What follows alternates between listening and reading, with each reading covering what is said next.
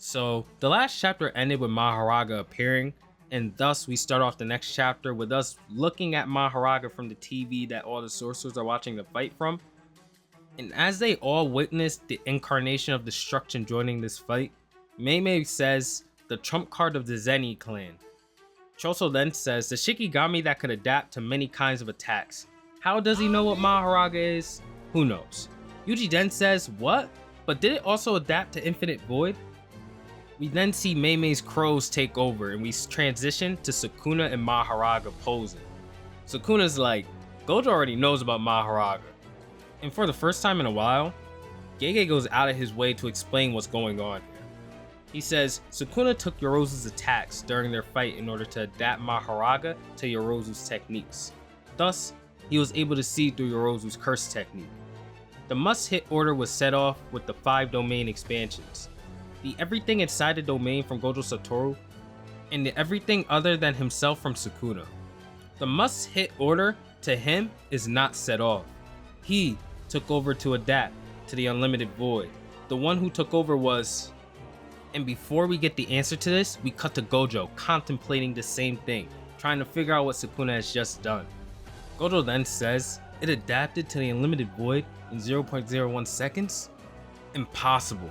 The wheel didn't even spin. Moreover, Mahoraga was summoned after the domain expansion. Sukuna took over to adapt? No. The one who took over was, and then we finally get the answer. That is Megumi. Megumi was the one who was hit by the Unlimited Void. Sukuna then appears and says, your face says, you have something you want to say, huh? Gojo's like, nah, I'm happy because you're fighting more desperately than I thought. Sukuna then says, not as desperate as you have been. The Infinite Void is a curse technique that is only enabled inside the domain. But to be honest, I thought it was no more than a burden. I wanted to rid your hand of that card. While I wasn't using domain amplification, I had Megumi adapt using the 10 shadows. Thanks to that, I wasn't able to use a curse technique other than that which was applied to my domain. But it seems like I had enough return for it. And if you were wondering why Sukuna hasn't been using the 10 shadows for this entire fight, I think that explains it. Gojo then says what Megumi took over was the process to adapt to the Unlimited Void, not the result of it.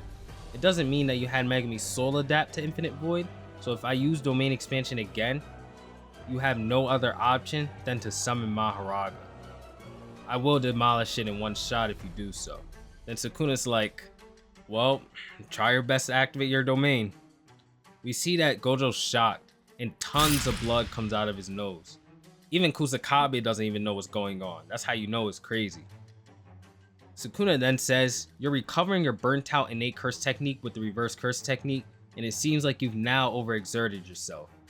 The curse technique is engraved around the prefrontal cortex of your right brain. You destroyed your brain and restored it with the reverse curse technique in order to reset the burnt out curse technique. Yuta's like, this is way too risky to even do once. Kusakabe then figures it out, saying the brain, especially the part that relates with the curse technique, is a black box. It's not that simple to fix, even if you can think of it. Choso then says, it's fair to say that the amount he used caused him to nearly die. Yuji's counting on his hands the amount of times he's done this.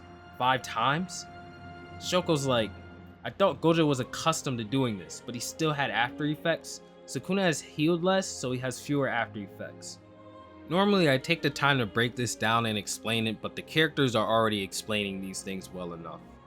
Sukuna then says, it's different from healing your flesh and bones. You're reaching your limits, right? And even if you aren't, you will die. Or the precision will be so low that you can't keep up with me. Next, I'll be closing my domain with a barrier, and there will be no escape this time. All I have to do is cut you and adapt to that limitless. See ya, strongest. A guy that was just born when I didn't exist. An ordinary guy. No more. Domain expansion. As Sukuna activates his domain expansion for the last time, it's instantly destroyed. Everybody's in shock, and we come back to Sukuna's eyes, face, just blood everywhere. Blood flowing out of his face like a damn waterfall. It's then said, Sukuna endured the Infinite Void for less than 10 seconds. But like Gojo Satoru, His brain was damaged to the point where he couldn't even expand his domain anymore. Gojo gets up and Sukuna wipes the blood off his face, with Gojo beginning to laugh. So it's affecting you, huh? My students are watching, so I still gotta look cool. With that, Gojo gets up and lands an earth-shattering punch to Sukuna's face. Round 2 begins. So first things first, I really want to say I told you so. I knew all of this domain expansion spamming was gonna lead up to them being unable to use their domains from here on out. If you notice, Gojo can't use his domain anymore because he's essentially fried his brain, and then Sukuna can no longer use it because Gojo fried Sukuna's brain when he used the infinite void on him. They're essentially at the same point now, but like Shoko said, Sukuna healed less. The reason why Sukuna healed less, but he's at the same point as Gojo is literally because, like the story says, Gojo hit Sukuna's brain with the infinite void. This is like, it's obvious that the infinite void is an instant win, but this kind of shows that there's even more power than what we thought behind the infinite void. Knowing that it can fry somebody's brain to a point where they can't regenerate, there's really no other domain in the series that can stop somebody's RCT from activating. Because as we found out in this fight, people can use reverse CT in a domain expansion. But Gojo's the only one who can prevent this because he fries his opponent's brains to a point where they literally take brain damage. Now, I was one of those people that had Naoya's domain as like having the best effect in the series where the opponent can't even move or they die, right? That was broken. But this here is on another level. They won't be able to move and they won't be able to regenerate. This is literally an instant win, and this chapter shows why Sukuna has gone so far out of his way in order to make sure that Gojo can no longer use it. As for that last speech in the chapter, where Sukuna says, "See ya strongest, a guy that was just born when I didn't exist," all of that, I really think that was Sukuna kind of asking Gojo to get back up and continue fighting. Because when Gojo does get back up and he realizes that Gojo kind of finessed him there, you can see that Yorozu's line pops up saying, "I have more to teach you about love, the ultimate strength, and the solitude it brings." So you can see that Sukuna's really feeling that love Yorozu was talking about when Gojo got back up. This fight is everything Sukuna's ever wanted, and we're starting to see that. I also gotta bring up Mahoraga because it's so funny that everybody was making a big deal about Mahoraga's appearance. Oh, Mahoraga versus Gojo's next chapter now. You can never predict how this fight goes because Mahoraga just destroys the domain and goes back into the shadow. You can never predict how this fight's gonna go, man. And this is why I stopped making prediction videos, because there's no point. You won't get it right. I really came into this chapter thinking that Gojo was gonna be fighting Mahoraga like this was Zakum in Maple Story 2007, man. Like, I'm not gonna say I was disappointed, but you know, maybe Mahoraga will come back later.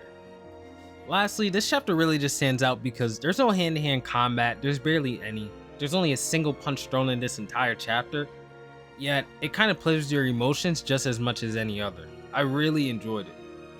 But not gonna lie, like after everything we've been through in these past 6 to 7 chapters, and then just saying round 2 commences out of nowhere, it's crazy. But I did expect this to be the longest fight in the series, and I think that's coming into fruition. I was called a madman for saying this is gonna be the longest fight. This is gonna be 15 chapters, but it looks like that bet's swinging my way, you know?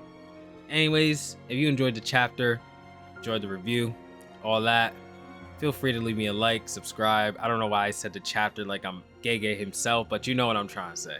Leave a like, subscribe. Have an amazing day, guys. Thank you so much for watching the video, and peace.